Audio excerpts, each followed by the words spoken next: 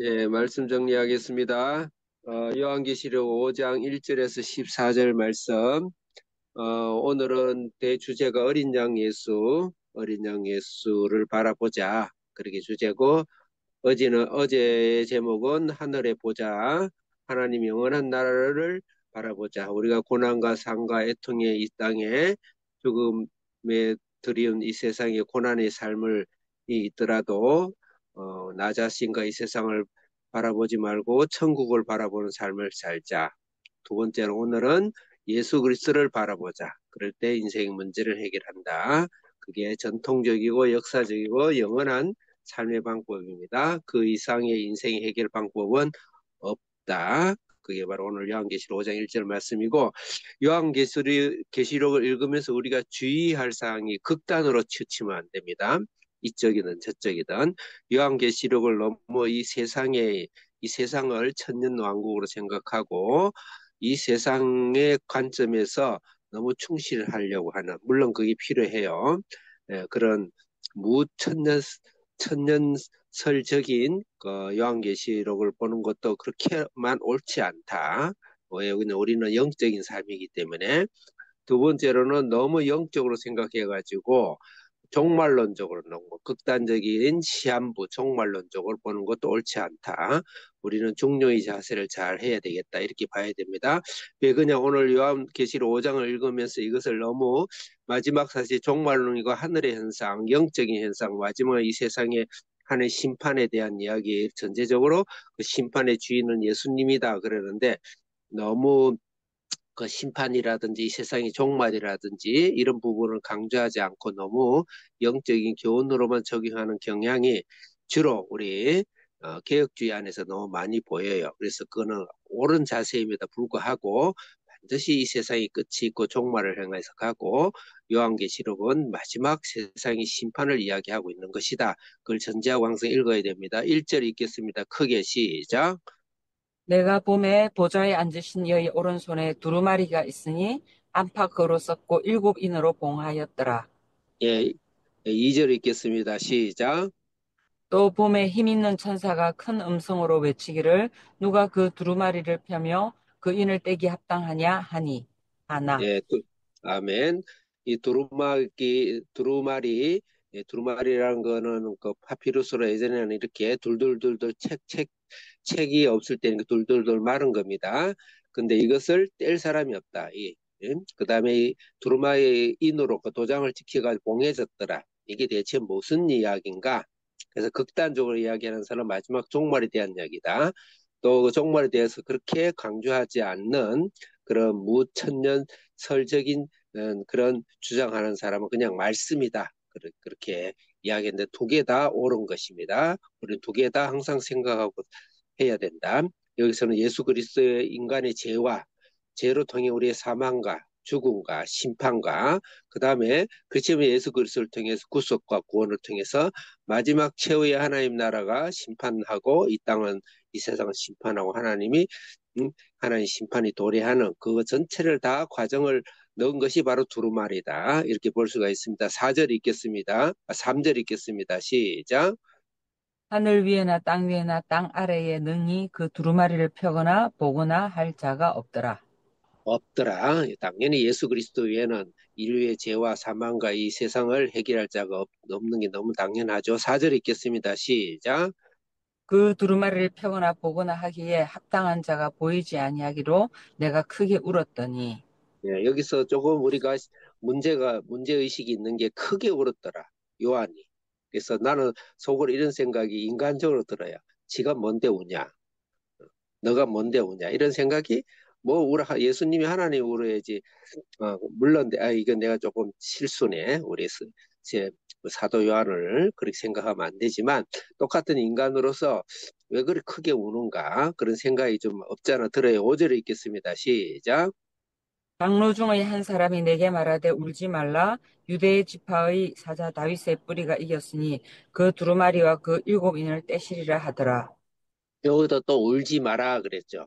그래서 뭐 예수님은 애통에 울었어요. 근데 예수님 우는 건 이해를 하겠는데 세례요한이 이렇게 크게 울었을까? 이런 생각을 하면서 묵상을 해봐야 되죠. 애통하는 자는 복이 있나니 천국이 저희 것임이라. 응? 애통하는 위로를 받을 것임이라. 애통한다는 거 우리가 영의 눈이 열리고 하나님이 예수 그리스도가 우리 심장에 들어오면 이 세상의 죄와 사망과 허무와 슬픔과 그다음에 도살장으로 끌려가더란 이 세상의 사람과 이 세상을 보면 창자가 끊어질 듯한 애통함이 있어야 돼요.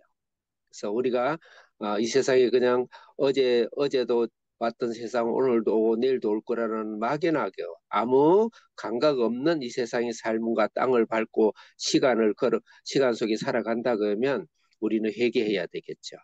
당연하게 우리는 이 세상 나의 죄와 나의 삶에 대한 애통뿐만 아니고 이 세상에 걸어가는 저 사람 뒷모습을 보며 마음이 애통스러운지 이 세상에 돌아가는 정치와 경제와 모든 것이 하나님 없이 깃발을 들고 따라가고 그것을 향해서 저 깃발을 들면 저리 가고 이 깃발을 들면 이리 오고 그것이 옳다 하고 마치 그것이 이 세상이 전부인 것처럼 하는 것에 대한 이 세례 요한의 크게 울었다 애통함.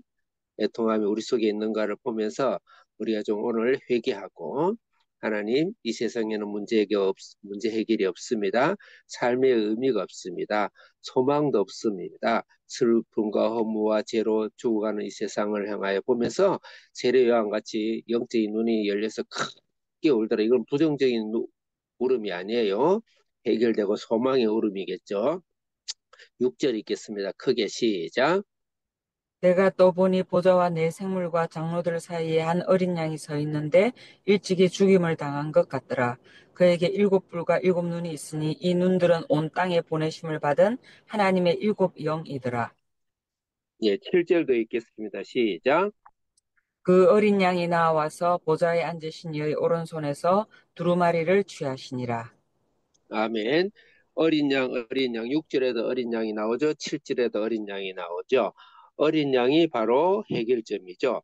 어린 양, 오늘 주제는 어린 양이에요. 9절 한번 읽어보겠습니다. 9절 시작.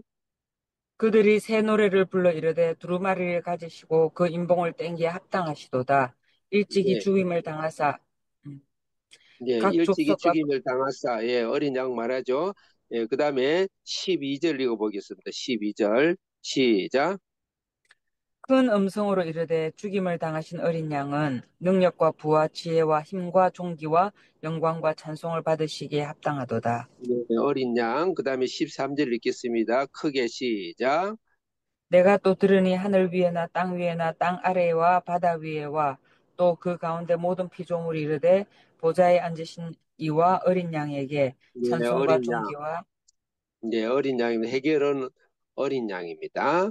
그러면 여기서 우리가 의외의 생각을 가져야 돼요. 세상을 지금 이 로마의 어마어마한 권세에서 그리스도인들의 고난에 최고의 고난 시기에 이루하기 위해서 쓴 1차적인 목표는 그래요. 그렇지만 최후의 이 세상에 을 심판받고 새하늘과 새 땅을 이야기하는 계시록적인 이야기도 있습니다. 근데 그 모든 것을 해결하는 방법이 어린 양입니다. 어린 양인데 여기 표현이 4절에 여러분 6절에 보면 죽임을 당했어요.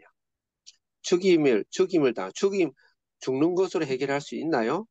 내가 사람을 죽이고 이겨야죠. 근데 우리가 이 세상을 승리하고 이 세상을 이기는 방법은 심판한 방법은 내가 죽는 것입니다. 반드시 우리가 명심해야 됩니다.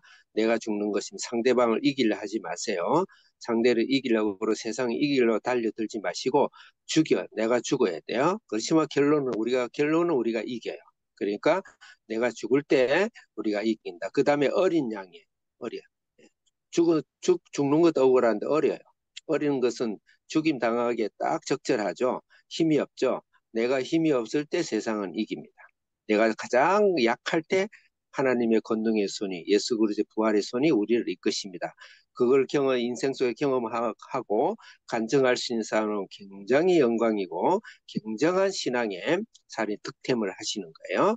내가 어릴 때, 내가 힘이 없을 때, 내가 가장 나약하고 코너에 몰려 있을 때 하나님의 큰 손을 경험하는 사람이 돼야 돼요.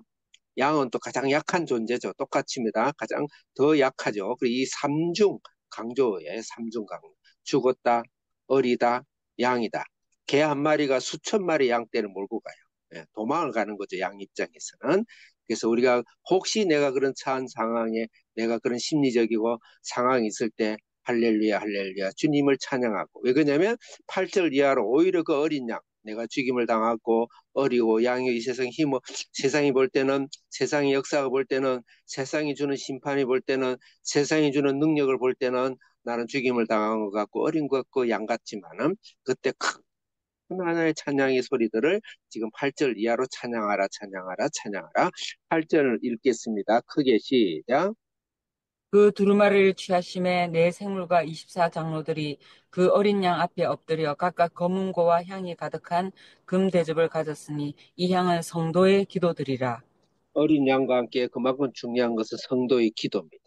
그래서 우리의 기도가 또 서로 정보의 기도가 아침이나 새벽 기도할 때 나만의 기도를 하지 마시고 내 주위에 알고 지내고 또 우리 성도들 안에서 성도를 위한 기도 그 다음에 이 세상에 죽임을 당하여서 끌려가온 이 세상 사람들 뭔가 이 깃발이냐 저 깃발이냐 따라가고 하는 이 세상의 사람들을 향한 우리가 애통하는 창자가 끊일 듯한 이 요한이나 예수님의 그 기도가 내 속에서 일어나는 그런 삶을 살도록 하겠습니다. 기도하겠습니다. 하나님 아버지 어린 양 예수 죽임을 당하고 어리고 양이신 예수 그리스도의 삶과 능력이 있을 때 우리가 그런 처했을 때 하나님 성도의 기도를 할 때 하나님의 권능의 손 심판의 주가 우리 인생과 또 우리의 이 세상을 해결하고 우리의 삶과 우리의 자녀를 이끌어 주시는 주님의 귀한 날이 되게 해 주옵소서. 예수님의 이름으로 기도합니다. 아멘.